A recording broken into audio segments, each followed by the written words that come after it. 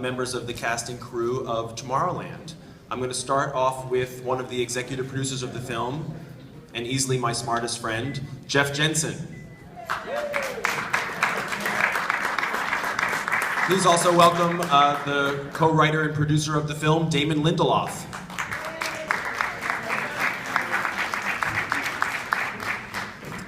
From the cast, we have Tim McGraw,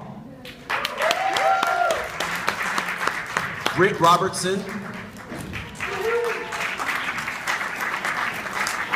George Clooney,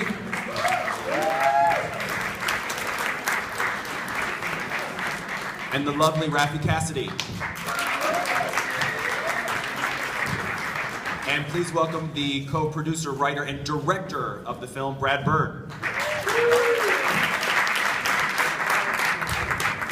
I'm going to kick it off really quick because I want to get to your questions, but Damon and Jeff, I want to start with you. Damon, my understanding is that this film really originates from a series of discussions you had with the people at Disney. I'm curious as to what those discussions were and how this film came about, and also how the television critic from Entertainment Weekly, Mr. Jeff Jensen, became involved in the film.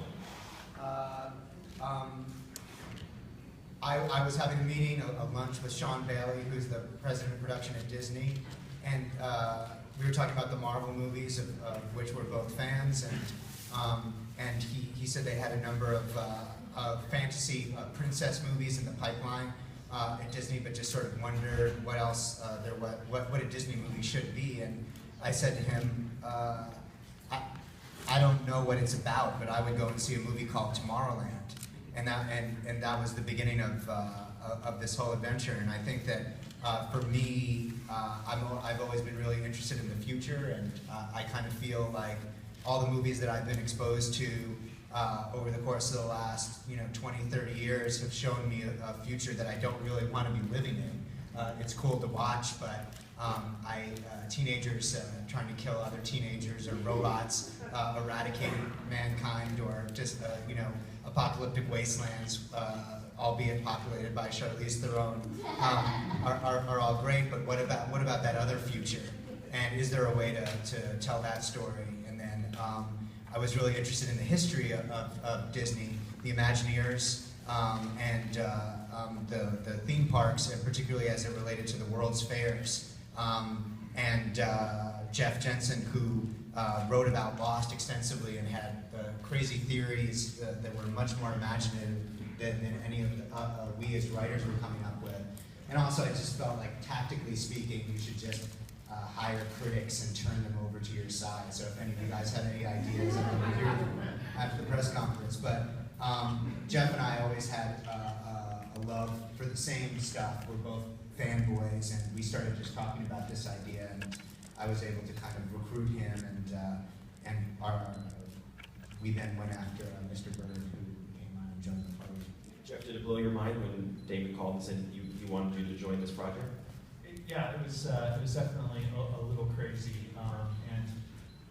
and humbling too. I mean, that was the big. It was a lot of fun to work with someone whose storytelling you really admire, and to get in a room with them. And the idea that he pitched to me was just really engaging. Yeah, we groove on the same stuff, but the whole idea of a movie that kind of riffed on and looked at the different ways that we looked at the future then and now, and to research the history of futures and science fiction and let that inform a story. That was super fun, and to really kind of build out the story. But also, I thought I knew a lot about how movies are made and TV shows are made, and this was a real learning experience, and how much I didn't know. It's hard, isn't it? It's very hard. And Brad, what was most important for you to add to the whole project once you came on board? Oh, well, I don't know. I was just happy to be asked to join.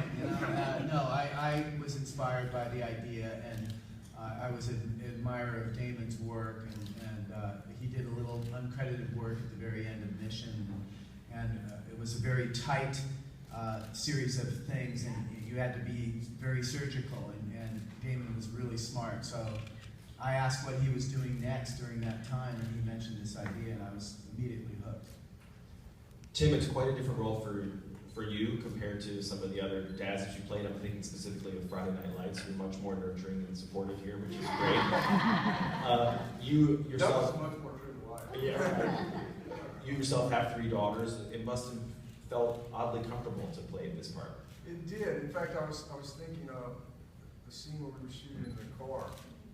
But we had a long conversation in the car. We were talking about Mike and talking about guys, and it was pretty reminiscent of some of the conversations that I would have with my daughters. In fact, I had to be upset in that scene, and I just had been upset with my daughter the night before about something. So there were a lot of parallels for me, for sure. Yeah. And Britt and Rafi, the dynamic between the two of you in the film is definitely not what you'd expect. The person who looks younger might not be. How would you two describe the relationship between the two characters? Well, I think Rafi played Mom a lot. Well, especially with George and I. You know, she was constantly just trying to keep us focused. And funny enough, that's how she is in life too. I mean, not intentionally, but she's so professional and so focused herself. You know, I oftentimes would look over and be like, oh yeah, okay, right, this is what we're doing. This is what we're doing. But it was, you know, we had such fun. We had so much fun together, and we had such a great time. We spent a lot of time together just between stunt training and then obviously filming the movie. So I think our dynamic off screen probably helped a lot of our chemistry on screen as well. Rafi, were you trying to keep everybody in line? Well, I tried my best. I think the relationship between Casey and Athena is quite friendly because Athena just wants to get Casey and Frank together to try and save the world. So, but, yeah. It doesn't always work out as planned, but sometimes it does. And George, at the heart of this movie is a really big idea, which I think is powerful. You've made a lot of bold films in your career, particularly the more political ones, but I think this one is right up there as far as being quite bold. Do you see it that way? Putting me in the summer movie is a very bold thought. No, you know, listen, I think it was first and foremost, I think it's a really bold thing for Disney to be willing to do a film that isn't a sequel and isn't a comic book, and to really invest in a summer film of this sort of ilk. It was also, you know, the fun part of it to me was when you read the screenplay. Although I have to say, just so it's clear, when Damon and Brad showed up at my house, they said, we've got a part we've written for you. And then I opened up the description of the character, and it said, 55-year-old has-been. I go, well, hang on, which part am I reading? Genius, by the way. It said genius. It said former genius, boy genius, who's gotten bitter in his old age. But I did think that, I just love the idea of, you know, we live in a world right now where you turn on your television set, and it's rough out there, and it's not fun, and can really wear on you after a period of time. And we see generations now feeling as if they're sort of hopeless in a way.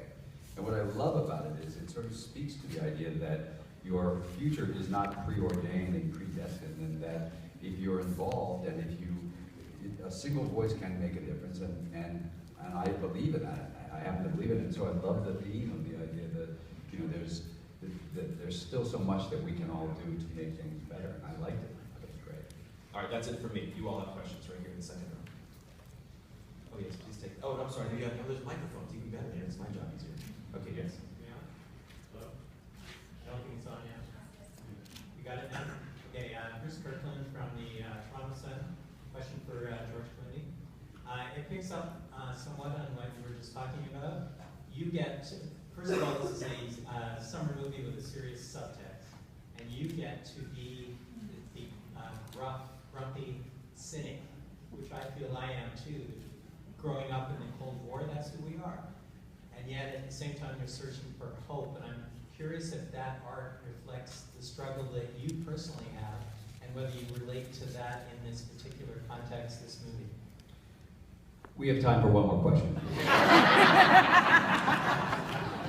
No, listen, I actually, I grew up during the Cold War period, and I always found that, although we always thought that the world would end in a nuclear holocaust at some point, everybody was pretty hopeful. There was an awful lot of things going on that you felt you could change. I grew up in an era where the voice, the power of the one, really did feel as if it mattered. You know, we had obviously the riots that are reminiscent of the things we're looking at today, but we had the civil rights movement, and we had Vietnam, and we had the women's rights movements, and all those things that you felt you could actually have some part of changing. And actually, if you look at the things that changed in those 60s and early 70s, individual voices did make a huge difference. It wasn't governments doing it necessarily.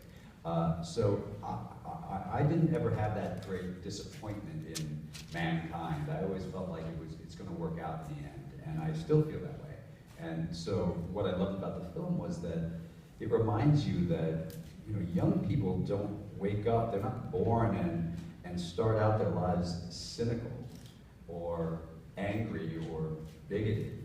You have to be taught all those things. And I watch the world now and think, well, I see really good signs from young people out there, and I feel as if the world will get better. And I've always been an optimist. I've been a realist, but I've been an optimist about it. And that's, I really related to the film because I thought,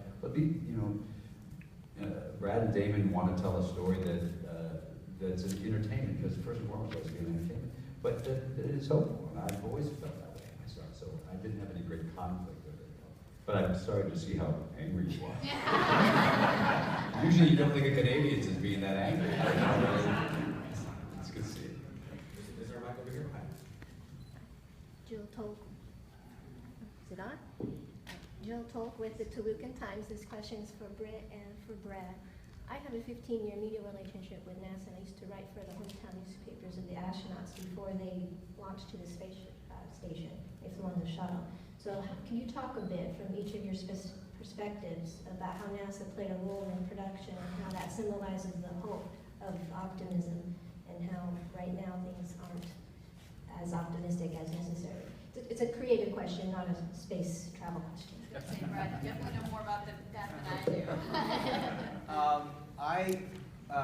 I grew up and I remember the moon landing, and I remember how that felt. I was actually in the air when they were about to get out on the surface. We were flying in from Denver, and I was like, I'm gonna miss it. And fortunately, there were some kind of technical errors, and we landed in the airport, and we ran to the nearest TV monitor, and there was like 400 people just packed in watching when Neil Armstrong set foot on the moon, and everybody just like, woo! And that feeling has never left me. And when we were first planning the movie, Damon and I, we were at Disney, and the space shuttle took its last sort of circle over LA, and everybody came out and watched it, and there was this weird feeling of pride mixed with great sadness, like we're not doing that anymore, and why aren't we? And so a chance to shoot at NASA was fantastic, and to be on this launch pad where so many really noble journeys started, and we got to watch a launch from the launch pad, which was one of the coolest moments on the film. So it was great to be at NASA, and if this in any way encourages NASA to do more, then I think that would be a great thing. Britt? Yeah, I mean, for me, maybe back to work. Yeah. All right. Doesn't sound like it's working. For me, I think NASA also sort of represents a very specific hope, you know, and it sort of ties in with the movie in a sort of symbolic way. You know, NASA represents this unknown, and the human race is being able to explore other, you know, the universe and other things that are out there, and I think that's sort of in line with the movie in terms of theme. You know, we're talking about a movie that's saying we don't know what our future is. It's not determined for us. And maybe if we go out there and explore the world, maybe if NASA wants to go and see what else is out there, then maybe that'll have, you know, some helpful part in making our future something to be excited about. Yeah, we can spend our energy like creating ways to kill each other, or we can do that. Yeah, exactly. I think that's a lot more Exciting. interesting. Yeah. I'm Craig H. with Disney Nerds and Apple.com. So this is a question primarily for Brad, Damon, and Jeff, but any of you want to answer would be great. Disney's great at creating synergy, and often we've seen how some of their movies tie into attractions in the theme parks. Is there an attraction for Tomorrowland in development? And if there were, or isn't, what kind of attraction would you guys hope that would be, and what elements would it include from the movie? I think they should just update the Carousel of Progress a little bit. You know what I mean? Yeah, we had an idea for that.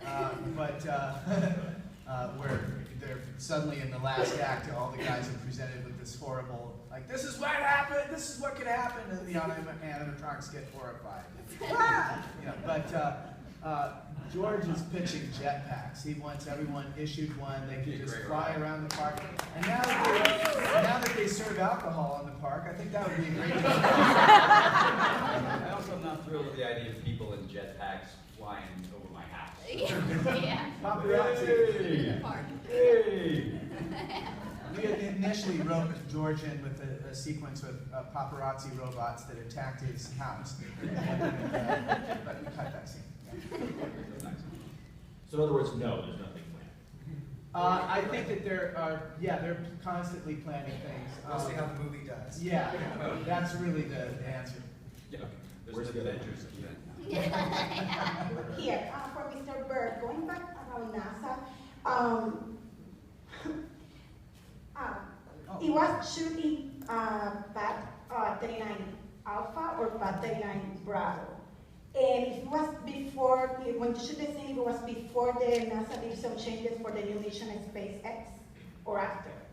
Well, we saw from that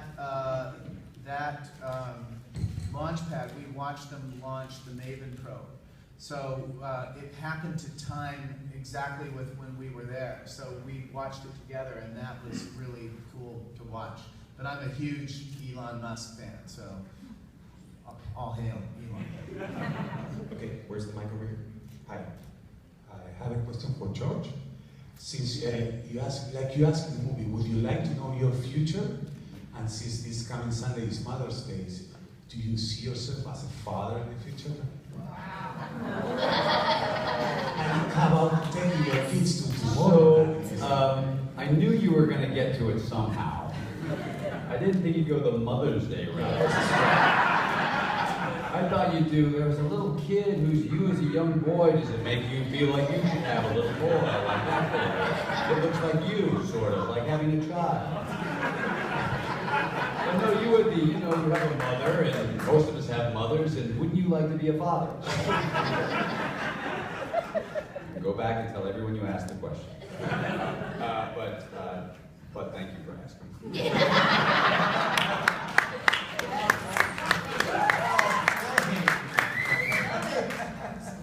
Okay, where's the other mic? Hello, I'm Garcia from Mexico, the specialist for the cast and for George. It's very obvious that the message of the film is to contribute to make a better world for the future, especially for the new generations. I would love to know if you can tell me, as persons, what do you make every day to make this world better? How do you contribute to the world to make it better? What would you do? What would you do every day? Softball. To make the world better. What would you do? What things? Oh my gosh, that's hard. Well, I'd like to, if I could change something in the world, I'd get rid of any technology or anything, but keep like the cool cars and everything. Like, so say, like in the old-fashioned times where you wrote letters to people, I'd like to do that, but make a better thing so it gets it to be quicker. I agree with that. I have 3 daughters, and to see their faces would be nice. That's really true, isn't it? It's amazing. What would you, to make the world better? Well, my big thing right now, living in California, is that I've turned off my sprinklers. So I mean, I know it's small. I know it's a very small step, but I'm trying to use less water. Hey, bless you. I've been trying to, conserve on the waterfront, and I think, it's important for everyone to kind of take into consideration their community and sort of the environment wherever they are, and the things that they can do for that specific region, and then that's kind of what I'm doing. But I'll try other things. If you have any ideas, send them over. I think everybody sort of, you need to participate in whatever way you can. Yeah. There you were. I think, there's a funny thing about careers in a strange way, which is you get to, as you're working, you find that as time goes on and as you become more comfortable in your career path and things are starting to make sense and it's not just about trying to work, you're able to focus on other things and other people and try to, particularly in this line of work where there's a lot of attention focused on you that you don't really need, you try to just turn that focus and put it on places. You know, I have places obviously that matter to me, like in you know, sub-Saharan Africa and places like that matter. And I've been involved in lots of those things. And Tim can speak to this too, because there's an awful lot that we all have to do to participate, and we try to, as much as possible. We're not policymakers, you know. So what we really do is try to shine a light on people who really don't get light shown upon them. So, you know. Well, I think that's the best way to use, you know, whatever you have, whatever cash you have, as a celebrity, is to be a mirror for these sorts of things to cast light on those issues. Thank you. Where's the mic? Hi. Hi, Cindy from Keithball. This question is for Brad and Damon and Jeff, if you want to weigh in too. Although he's never directly referenced in the film, it's obvious that Walt Disney had a great deal of influence on the look of the film and some of the themes, because he was a great futurist. So can you talk about sort of the influence of him, and you know, if he was maybe a member of Plus Ultra, anything that you can speak to as far as Walt Disney directly? I'll say, I think that Brad can probably speak most articulately about the kind of person Walt was, and what an inspirational figure he was in terms of a lot of the things that everybody up here is talking about, the way that you look at the future and using imagination as a catalyst, pushing against a machinery that says that's naive or corny or idealistic, and saying no, it's not. But specific to the question that you asked for the movie, there is a much longer version of this movie, not necessarily a better one, that is much more explicit about Walt's involvement. But the idea is that it was very explicit about the idea that he was a member of Plus Ultra, and that Disneyland, particularly Tomorrowland and Disneyland, was a cover for the actual Tomorrowland. And our feeling was that, aside from trying to find that line in any movie when it gets bogged down by exposition and no longer becomes enjoyable to watch, the feeling was like, by directly referencing Disney and Disneyland in a movie that is a Disney movie, it just suddenly felt like, oh, are we trying to sell tickets to go to the theme park, when the theme park should be selling tickets to go and see Tomorrowland. And if that part of the story is interesting to you, Jeff actually wrote a book, a piece of fiction that's out now called Before Tomorrowland. Part of the work that we did in the story brainstorming process was conceiving this huge backstory for the film, and there's lots of stories within stories. So we turned a lot of that. A lot of that was informed the book, and Walt makes a little cameo in there too. But a lot of Disney really inspired and informed the movie, especially I think Epcot. The whole idea, the original idea behind Epcot, and how that evolved as a sort of like laboratory for the future. That was a huge inspiration for the story. Yeah, some of the very last things that Walt Disney filmed were about this experimental prototype community of tomorrow. He filmed this thing, thought he was healthy, and like within days went into the doctor and learned that he had terminal lung cancer. But one of the last things he shot, he was talking about Florida, and he called it our Florida Project. And he was talking about the park, and he said, yeah, there'll be an amusement park, kind of like Disneyland, but the whole reason to do it, the main attraction is this. And he pointed to the city and said it's going to be an actual place that has, you can try ideas, and we'll take corporations and we'll collaborate with them on new ideas and sell the ideas to the world and try them out. And his face lit up when he talked about it. The amusement part of it was just like, that's over on the side, yeah, one of those. But the main reason to do it, and which part of it do you think wasn't done? It's that part, and it's understandable because you needed somebody like Disney as a catalyst to make it happen. But on his deathbed, he was looking up at the ceiling and pointing out how the city would be laid out. And the fact that he was, to his last moments, dreaming about this future and making crazy ideas happen and be real and accelerate the pace of that was very moving to me. And if the movie caught even a little bit of that, I think we will have succeeded. Where's the other one? So it sounds like it was a really fun set to be on, and George, one of your cast members told me specifically that you were doing a little bit of rapping kind of in between takes. Yes. So can you tell me a little bit about your secret rapping skills and just some of the fun that you guys had on set? Oh, they're not secret. His rapping skills are well known. They're well known. In fact, many of the great rappers today have fashioned their stylings from me. Grandmaster G. Exactly.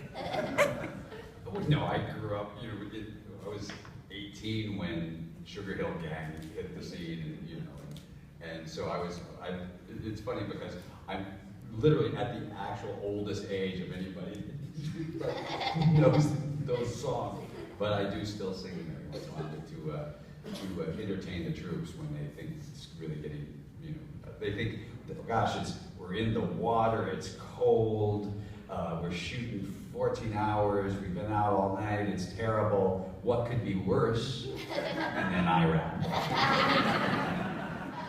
Which sounds like? Yes, it sounds like that. I'm trying to work that. Well guys, now that we've gone from NASA to Rapper's Delight, that means we're out of time. So I thank you all for the questions, and thank you for the panel for being here as well. Thank you guys. Have a fun one.